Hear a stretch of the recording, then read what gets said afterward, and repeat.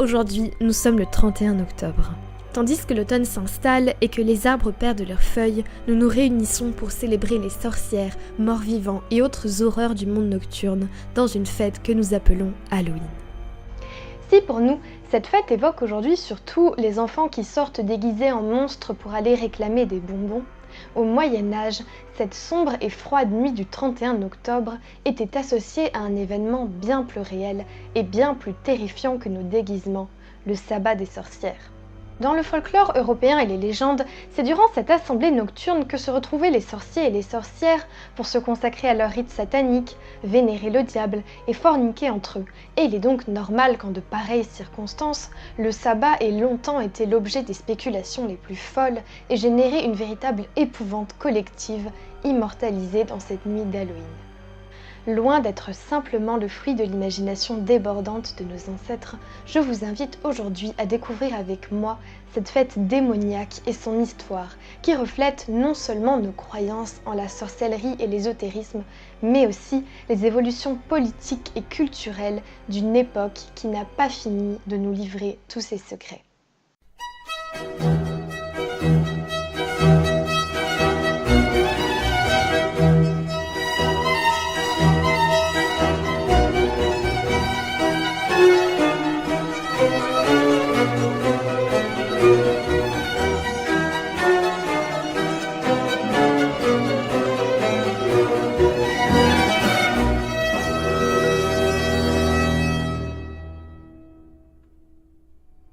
Bien avant le Moyen-Âge, la sorcellerie ou maléficium est déjà très présente dans notre culture occidentale, mais elle désigne alors tous ceux qui font usage de pratiques plus secrètes qu'occultes pour influencer le monde et la nature. En ce sens, elle peut plutôt être vue comme un ensemble de rites faisant appel aux divinités, et la magie dans l'Antiquité, que ce soit chez les Vates celtes ou les magies grecques, prend souvent d'ailleurs la forme de divination, qui ne désigne non pas le fait de lire l'avenir, mais simplement de faire appel aux dieux pour exaucer des souhaits ou des sorts magiques. On peut citer par exemple comme rite s'approchant le plus de l'idée moderne de la sorcellerie, le culte d'Hécate, la déesse de la lune noire symbolisant la mort dans l'Antiquité grecque, la magie pratiquée par Circé dans l'Odyssée, ou bien encore la divination pratiquée par la sorcière d'Endor dans la Bible. Nombre de ces rites dans l'Antiquité impliquent des assemblées d'individus dans un état de transe et de lubricité, le plus souvent des femmes comme chez les Bacchantes et les Tiades qui composent le cortège de Dionysos et s'enivrent jusqu'à ne plus pouvoir chanter et danser,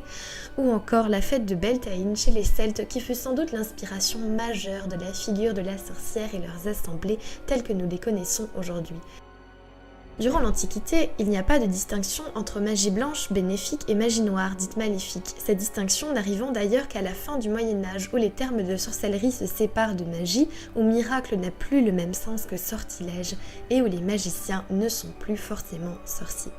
Malgré tout, l'image de la sorcière évolue vraiment au Moyen-Âge, puisqu'avec tous les malheurs qui touchent la population d'Europe à cette époque, les guerres sanglantes ou les épidémies, l'idée d'un complot d'un groupe qui conspirerait contre la civilisation et la religion chrétienne, faisant au passage un pacte avec le diable, devient une idée de plus en plus importante dans la pensée collective, alimentée par les discours de l'Église qui peuvent ainsi expliquer tous les fléaux subis par la société.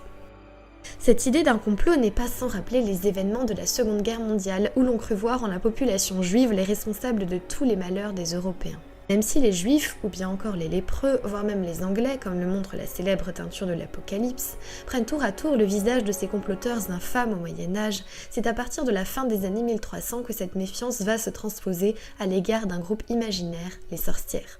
D'ailleurs, l'emploi du mot sabbat pour désigner les assemblées semblant occultes au Moyen-Âge reprend sans doute le terme utilisé chez les Juifs pour désigner leur jour de repos, car tout comme la sorcellerie, cette fête paraissait tout aussi étrange aux non-initiés. L'image de la sorcière évolue alors, et par le biais des discours de l'Église, elle passe de simples enchanteresses à des créatures diaboliques dédiées au culte de Satan, vouées au mal et à la destruction de la religion chrétienne, qui se réunissent pour professer leur fidélité aux démons et conspirer lors d'assemblées nocturnes maléfiques, les sabbats. On pourrait croire ce mythe sorti de nulle part, mais on peut le relier avec différents éléments, dont notamment une résurgence du culte de Diane, déesse antique de la lune et de la chasse en Europe, ainsi que la survivance de pratiques chamaniques dans les Alpes occidentales. Les sorcières deviennent donc identifiables par un certain nombre de pratiques et de codes, et elles sont représentées comme concoctant des potions, pratiquant la nécromancie ou la géomancie, évidemment réprimées violemment par l'Église. C'est au cours du XVe siècle que le mythe de la sorcellerie atteint son paroxysme, donnant lieu à une persécution généralisée au nord de l'Europe, orchestrée par le pouvoir politique temporel, qui à cette époque adopte une justice religieuse encore plus sévère que celle de l'Église catholique pour affirmer son pouvoir sur les populations, comme le montrent les procès en sorcellerie, mais aussi la condamnation des Templiers par Philippe le Bel. L'accusation de sorcellerie suffit alors à faire condamner une personne, et surtout une femme, sans qu'elle n'ait commis aucun crime, permettant au pouvoir politique de se débarrasser des femmes qui dérangent les forces en place, comme dans le cas de Jeanne d'Arc, et ils persisteront en Europe jusqu'à la fin du XVIIe siècle. Pour toutes les populations, le sabbat devient alors une réalité qui n'est pas approuvée, et il constitue une image populaire forte pour concrétiser l'activité malfaisante des sorcières, qui rassemble 3 éléments principaux retrouvés systématiquement dans les procès en hérésie et sorcellerie: la conspiration contre la chrétienté, la vénération du diable et la fornication.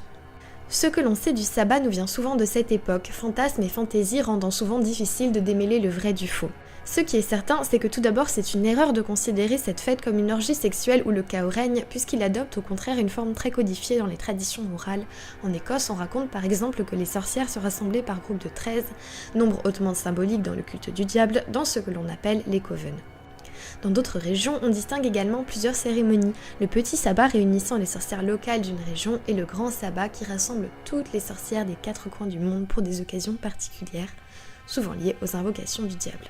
Toute l'organisation de ces rassemblements est faite pour contredire la loi et les règles de l'Église, à commencer par la date puisque les sabbats ont lieu dans la nuit du jeudi au vendredi qui précède la mort du Christ, qui est mort un vendredi, mais aussi les nuits qui précèdent les principales fêtes chrétiennes, ainsi qu'au moment des solstices, équinoxes ou des fêtes celtes, rappelant là les origines païennes antiques des croyances en la sorcellerie. Les dates de sabbat les plus célèbres sont la nuit d'Halloween, et là vous comprenez pourquoi il a lieu la veille de la fête des morts, ainsi que la fête de Walpurgis, célébrée la nuit du 30 avril au 1er mai dans les régions germaniques de l'Europe et que l'on retrouve dans de nombreuses œuvres littéraires comme Faust de Goethe.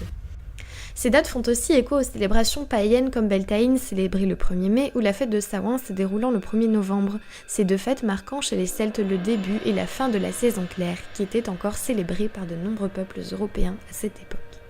Le lieu choisi est lui aussi évidemment emblématique puisqu'il s'agit le plus souvent d'un cimetière, un dolmen, une potence à la croisée des chemins ou bien encore d'une montagne pour les plus grands rassemblements comme Walpurgis. Enfin, les rites pratiqués sont eux aussi éminemment antichrétiens. La légende raconte que les sorcières se rendent ainsi au sabbat en enduisant leur balai de la graisse d'un enfant mort avant d'être baptisé, qu'on y lit la messe à l'envers ou qu'on y rejoue aussi la scène, le dernier repas de Jésus-Christ, mais de façon inversée, en consommant un repas à base d'enfants sacrifiés le dimanche avant la messe et qui serait une sorte d'antidote contre l'Eucharistie, donnant là donc l'idée d'une conspiration et d'un antichristianisme secret. Si le sabbat s'applique autant à inverser les symboles chrétiens, c'est parce qu'il est tout entier voué à la vénération de Satan, dont les sorcières sont considérées comme les servantes. En échange des pouvoirs que le diable leur confère la nuit du sabbat, les sorcières offrent leur corps à celui-ci et à ses hordes de démons, qui apparaît le plus souvent sous la forme d'un bouc. Si les histoires d'amour entre le diable et des femmes humaines sont courantes dans le folklore et les mythes, comme par exemple dans le conte russe de Lermontov qui raconte l'histoire de Tamara,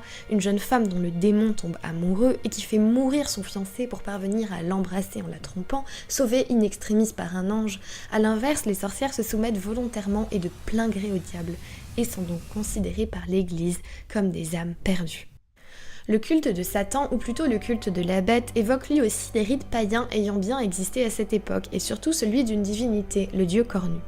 Difficile de savoir désormais à quelle divinité ces cultes rendaient honneur, certains jugeant qu'il pourrait s'agir du dieu gaulois Cernunnos dont nous trouvons encore énormément de références et représentations dans les fouilles des sites gaulois en France. Toujours est-il que comme le sabbat, ces rituels avaient lieu la nuit à la croisée des chemins, dans des dolmens ou au sommet des montagnes. Enfin, le dernier élément qui caractérise le sabbat est la débauche sexuelle à laquelle il donne lieu, provoquée par l'état de transe dans lequel les sorcières sont plongées. Et on raconte ainsi que lors de cette nuit, elles conviaient les mauvais hommes des environs à venir copuler avec elles sous la présidence du diable afin de se nourrir de leurs forces. Les sorcières incarnent à cette époque à la fois l'image d'une sexualité qui contrevient aux lois de la nature et de la religion, mais on perçoit aussi à travers elle l'image terrifiante à l'époque d'une femme qui refuse de se soumettre à l'homme, à l'instar du personnage biblique de Lilith, dont nous avions déjà parlé dans notre vidéo sur Notre-Dame, et qui refuse de procréer avec Adam en étant en dessous de lui, voire même celle d'une femme castratrice comme les succubes antiques, puisqu'outre les vieilles femmes, on accuse souvent les femmes très séduisantes d'être des sorcières qui se servent de l'énergie des hommes pour conserver leur beauté. Mais la sexualité du sabbat n'est pas seulement une infraction aux lois de l'Église et à la hiérarchie entre hommes et femmes, puisqu'il s'agit aussi et avant tout d'une sexualité perverse et criminelle, qui renvoie au mal absolu, et on attribue donc aux sorcières des relations avec des animaux, des enfants ou même des morts. Ironiquement, de ces 3 points décrivant le sabbat, on retrouve très peu la pratique magique, si ce n'est la démonologie avec les invocations du diable, les sorcières apparaissant avant tout comme les créatures qui brisent tous les interdits non seulement de la société et la religion, mais aussi les tabous les plus fondamentaux de la morale humaine. En réalité, il est sûr que la vision d'une sorcière débridée et insatiable incarne une fois de plus les fantasmes d'une époque où la pudeur et la chasteté régissaient les relations entre hommes et femmes, relations qui devaient mener à la procréation saine. Bien que cet aspect du sabbat semble lié à des événements ayant effectivement lieu lors des cultes païens célébrés à cette époque, comme durant Beltane ou les Benandanti italiens, où l'on consommait souvent des substances hallucinogènes pour se livrer à toutes sortes de pratiques étranges, il est clair que les plus extrêmes de ces pratiques sont des ajouts de l'Église. Le sabbat n'est donc pas une invention complète de l'Église, mais est bel et bien en fait une transfiguration de ces cultes païens plus ou moins débauchés qui survécurent à cette époque et furent évidemment perçus comme néfastes par la chrétienté, qui cherche à donc avoir en eux une figure hérétique et satanique. S'il est surtout lié au contexte religieux de l'époque, en revanche le mythe du sabbat s'est nourri de lui-même et a donné par la suite naissance à une pratique qui, elle, était bien réelle, les messes noires. Là, la magie prend vraiment un rôle important, puisque durant ces messes noires, on pratique réellement des miracles, on concocte des potions, poisons, filtres d'amour, on lit l'avenir sur le cadavre d'animaux, la messe y est récitée à l'envers pendant qu'on égorge des enfants sur le corps d'une femme nue, vierge si possible, et qu'on se livre à des pratiques diverses et débauchées. Seules les élites sociales aisées du XVIe et XVIIe siècle, qui avaient alors les moyens de s'offrir les services d'une sorcière, c'est-à-dire d'une femme versée dans la préparation de poisons et la divination, étaient au courant de ces cérémonies qui, plutôt que d'avoir lieu dans des espaces extérieurs et ouverts comme le sabbat, avaient lieu dans des lieux clos, le choix évident pour les Parisiens étant par exemple les catacombes.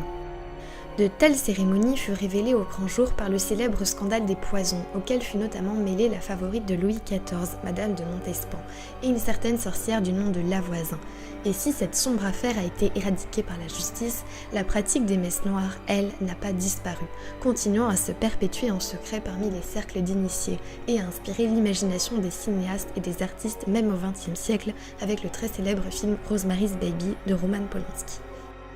Finalement, le sabbat des sorcières est bien loin du simple élément folklorique qu'on se raconte le soir pour faire peur aux enfants.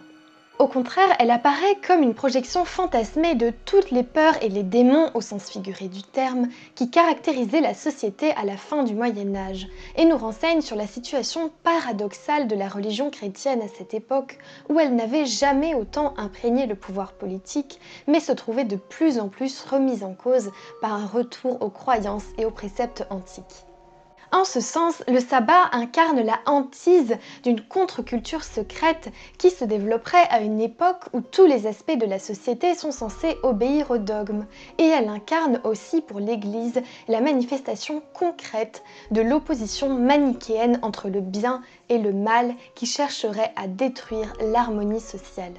Une nouvelle fois, il est intéressant de voir que cette idée perdure toujours dans notre société, notamment avec l'Allemagne nazie et le complot juif, et qu'il est toujours facile pour une société de trouver des ennemis secrets qui comploteraient afin de détruire son bien-être et sa paix sociale. Pourtant, le sabbat n'est pas seulement une construction liée à la période historique à laquelle il est apparu. Et en réalité, il renvoie aussi à l'abolition de tout interdit social, mais aussi de tout tabou psychique. Et c'est pourquoi, plus de 5 siècles plus tard, il continue toujours autant de nous fasciner.